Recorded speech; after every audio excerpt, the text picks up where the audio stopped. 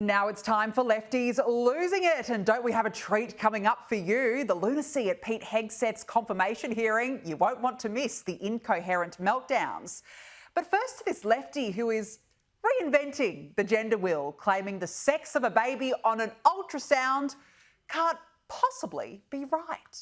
The parts you see on an ultrasound don't determine a baby's gender. And how is that possible? Well, think about it like this marker. A blue cap usually means a blue marker, but sometimes marker caps get switched, and in this case, it is a pink marker. See, that's what happened to me. They saw something on the ultrasound that usually means it's a boy, but the cap was cap, and I turned out to be a girl. Oh, it's all very lucrative now using Crayola pens to determine gender. Who's going to tell him that swapping caps makes no difference to the parts you're born with? But cute try, very cute, very sweet. Now to Donald Trump's impending inauguration. Can't come soon enough. And he's picked to perform America the Beautiful, Carrie Underwood.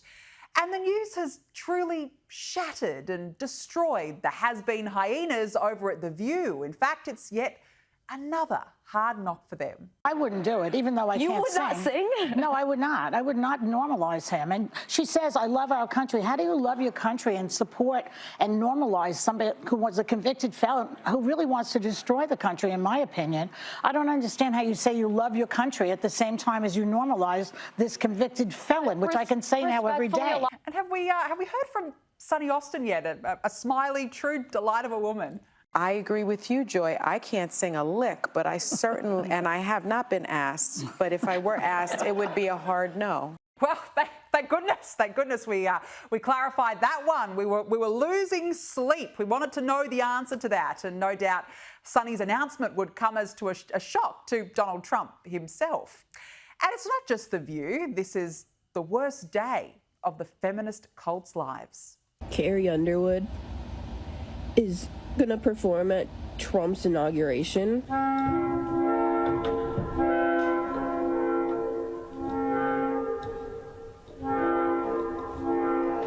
Now to Gavin Newsom, the hapless and hopeless California governor who is really living up to his name as a slimy used car salesman.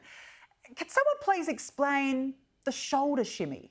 We're dealing with a myriad of issues. I was just talking to Josh Green, the governor down in Hawaii, who had some ideas around some land use concerns he has around speculators coming in, buying up properties. How's that? A little smile, a little shimmy, a little dance, manicured hair, fresh Botox. A real man of the people in the middle of a fire zone, isn't he?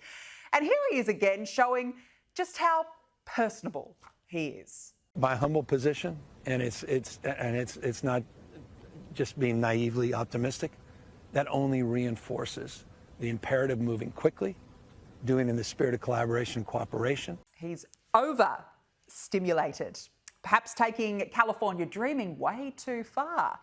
And never mind Gavin Newsom's failures to prepare the state for fires, because you can always trust Whoopi Goldberg to give the best possible explanation. Here's how this works.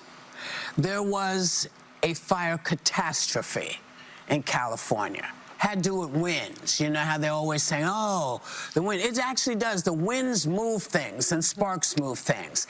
And it doesn't matter how much water you have if 900,000 buildings go up at the same time. Wow, how was that? It is good to know that Whoopi is such an expert on wind. And speaking of loony explanations, I want to take a minute to talk about looting, because I think it's worth considering why people would run into an active fire to steal stuff rather than fleeing the fire. And it seems like in the media coverage that I'm listening to that people think that people are just like greedy who want to be looting. And I'm just wondering if maybe these people have actually considered whether it is safer for them to run into a fire or to continue to exist within capitalism without access to resources. And after weighing the pros and cons, they concluded that the safer option is to run into the fire to steal stuff. Yes, that absolutely makes total sense. Total sense, doesn't it? Now to Pete Hegseth being hounded by bitter banshees at a Senate committee. And I've got to say, this basically just sums it up. Yes or no, you should not. Yes Our or no. veterans organizations that will help our veterans every damn thing that they deserve because they signed on the dotted line. Says it all, isn't it? But, you know, look, it wouldn't be a Lefties losing it without actually taking you through the Lefties losing it. So let's start with Elizabeth Warren, the delightful Elizabeth Warren, banging and carrying on. In other words, you're quite sure that every general who serves should not go directly into the defense industry for 10 years. But you're not willing to make that same pledge? I'm not a general, Senator. Uh-oh, the gotcha didn't quite work there. And the yelling theatrical sideshow didn't end there. In the DOD, everything you've said in these public statements is politics. I don't want women. I don't want moms. What's wrong with a mom, by the way? Once you have babies, you therefore are no longer able to be lethal. I mean, you're basically saying women, after they have children, can't ever serve in the military in a combat role. It's a silly thing to say. It's a silly thing to say, beneath the position that you are aspiring to. To denigrate LGBTQ service members is a mistake.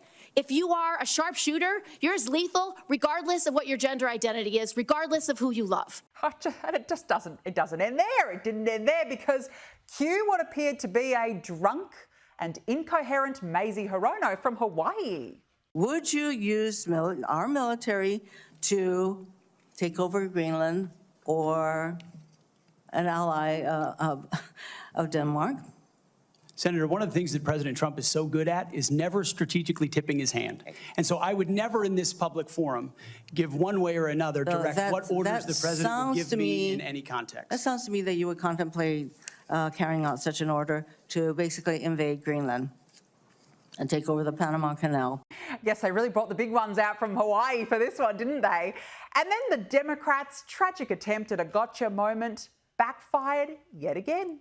Can you give me an experience or your actual experience of driving innovation in an organization? Give me an example of where you have done that. Oh my goodness, Senator, absolutely. At Concerned Veterans for America, we created the Fixing Veterans Healthcare Task Force, a bipartisan task force that never been done before, to create policy, to drive policy change on Capitol Hill that organizations fought ferociously against. We got the VA Accountability Act passed and the Mission Act passed in a way that a nonprofit of our size, veterans organization, has never done. And that's testified in all the letters that we put forward to the committee, which are on the record. I have limited time.